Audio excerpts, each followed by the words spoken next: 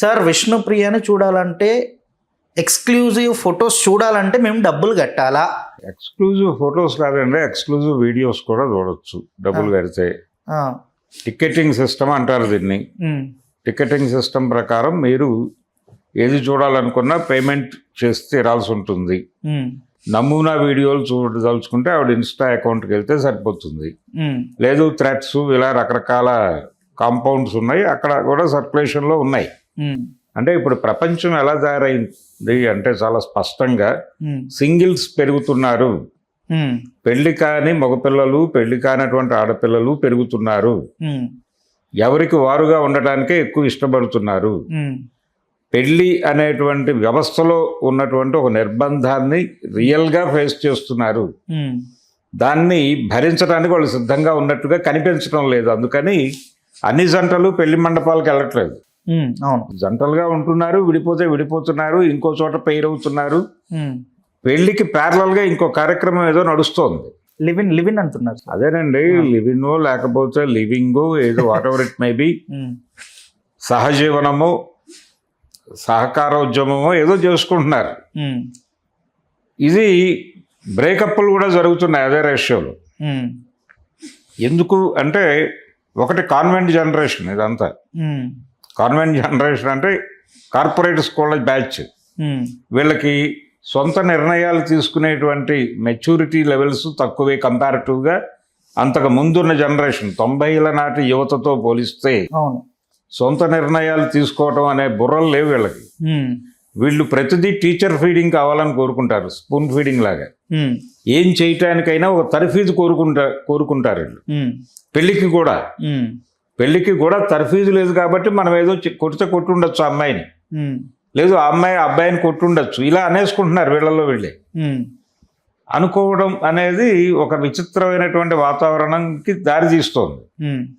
అలా పెళ్లి కాకుండా ఉండిపోయినటువంటి అబ్బాయిలు ఉన్నారు, పెళ్లి కాకుండా ఉండిపోయిన పెళ్లి అయిపోయి బ్రేకప్లు అయిపోయిన మగపిల్లలు ఆడపిల్లలు కూడా ఉన్నారు, అనేక మంది ఉన్నారు సమాజంలో. వీళ్ళని టార్గెట్ చేస్తూ రకరకాల యాప్స్ వచ్చినాయి. అండ్ సార్ మనం చూసుకున్నట్టయితే విష్ణుప్రియ ఎక్కడ డబ్బులు వస్తే అక్కడికి వెళ్ళిపోతుందని చెప్పేసి వింటున్నాం. లైక్ పాతకాలం మనం పాస్ట్లో చూసుకున్నట్టయితే బెట్టింగ్ యాప్స్ ప్రమోషన్లో కానీ, ఇప్పుడు ఈ సబ్స్క్రైబ్స్ దాంట్లో కానీ, అంటే డబ్బు కోసం ఏమైనా చేస్తుందా అన్నట్టు. డబ్బు కోసం ఏమైనా చేయమని సమాజమే చెప్తోంది కదండి. రోజుకి 5,000 ఖర్చు పెట్టకపోతే మనిషి కాదని చెప్తున్నారా? మరి సంపాదించాలి కదా డబ్బులు. ఎలా సంపాదించాలి? 100 మార్గాలు ఉన్నాయి ఇక్కడ. అదొక మార్గం కనిపించింది అమ్మాయికి. సార్ దాన్ని తప్పట్టడానికి ఎవరికి రైట్ ఉంది? ఏఐఎస్ఎఫ్ వాళ్ళు ఎందుకు కేసు పెట్టారు? నైతిక కోణంలో చూశారు అమ్మాయిని. నైతికత అనే కోణంలో గ్రాంటెడ్గా తీసేసుకున్నారు వాళ్ళు కూడా. ఇంకోలా ఇప్పుడు నేను ఇందాక చెప్పినట్టుగా గ్రాంటెడ్గా తీసేసుకుని నువ్వేమిటి, నువ్వు ఫోటోలు పెడతావు, నేను మాట్లాడితే నేను కామెంట్స్ చేస్తే నువ్వు రియాక్ట్ కావు, నువ్వు రియాక్ట్ కావట్లేదు కాబట్టి నువ్వేదో గొప్ప అంతగత్యమని నేను అప్రోచ్ అవటం లేదు నిన్ను అని. ఎలాగైతే ఇందాక నేను చెప్పిన కథలో ఒక వ్యక్తి ఇంకొక అమ్మాయిని ఇబ్బంది పెట్టాడు, ఇక్కడ కూడా అలా ఇబ్బంది పెట్టేవాళ్ళు ఉన్నారు నైతిక కోణంలో వెళ్ళి. నువ్వు అలాంటి వీడియోలు పెడుతున్నావేమిటి? వీడు చూస్తాడు, ఎంజాయ్ చేస్తాడు, అవసరమైతే సేవ్ చేసుకుని మళ్ళీ మళ్ళీ చూస్తాడు. ఈ చూస్తున్న పెద్ద మనిషి ఇది అనైతికం అంటాడు. మళ్ళీ వాళ్ళు అవకాశం ఇస్తే ఆ తలుపు తీసుకుని లోపలికి వెళ్ళేది కూడా వీళ్ళే. వీళ్ళు మళ్ళీ ఇది అనైతికం అని మాట్లాడతారు. అనైతికం వాళ్ళకి తెలుసు. నైతికం గొడవ కాదు, డబ్బులు కావాలి ఇక్కడ. డబ్బులు సంపాదించుకోవడానికి ఏదో ఒక మార్గం, ఏవైనా చెయ్యి. బెగ్ బారో అండ్ స్టీల్ అని సిద్ధాంతం ఉంది. ఈ బెగ్ బారో అండ్ స్టీల్ సిద్ధాంతం ప్రకారం ఏం చేసైనా నువ్వు ఎండ్ ఆఫ్ ది డే డబ్బులు సంపాదించకపోతే ఇక్కడ ఉండద్దు. పేదరికం అనేది శాపం కాదు, చేతకానితనం. పేదరికం మీ పుట్టుకతో వచ్చుండొచ్చు, కానీ పేదగా చచ్చిపోవడం మీ తప్పే అని చెప్తున్నారు కదా పెద్ద మనుషులందరూ. పేదగా పుట్టడం తప్పు కాదు, పేదగా చచ్చిపోవడం నీ తప్పు అని చెప్తున్నారు. మరి పేదగా పుట్టి పేదగా చావకుండా ఉండాలన్నప్పుడు ఏదో ఒకటి చేయాలిగా. అదే చేస్తున్నారు. చేయడానికి అవకాశం ఉంది, ఇక్కడ యాప్లు ఉన్నాయి. ఎవడో డిజైన్ చేసి పెడుతున్నాడు, మీరు ఎంటర్ అవ్వాలి దానిలో. ఇప్పుడు ర్యాపిడో వస్తుందండి, మీకు ఒక బండి ఉంది, ర్యాపిడో యాప్ ఉంది. మీరు ఈ బండిని దానిలో రిజిస్టర్ చేస్తే వాళ్ళని అప్రోచ్ అయిన వాళ్ళు వీళ్ళ దగ్గరికి పంపిస్తారు కస్టమర్ని. నీ దగ్గరికి కస్టమర్ పంపించినందుకు గారు నువ్వు కొంత కమిషన్ కట్టాలి అడిగి, అంతే కదా. యాప్ వాడికి డబ్బులు వచ్చేది అదే కదా మార్గం. సో అలా వాళ్ళు 100 గేలాలు వేస్తారు.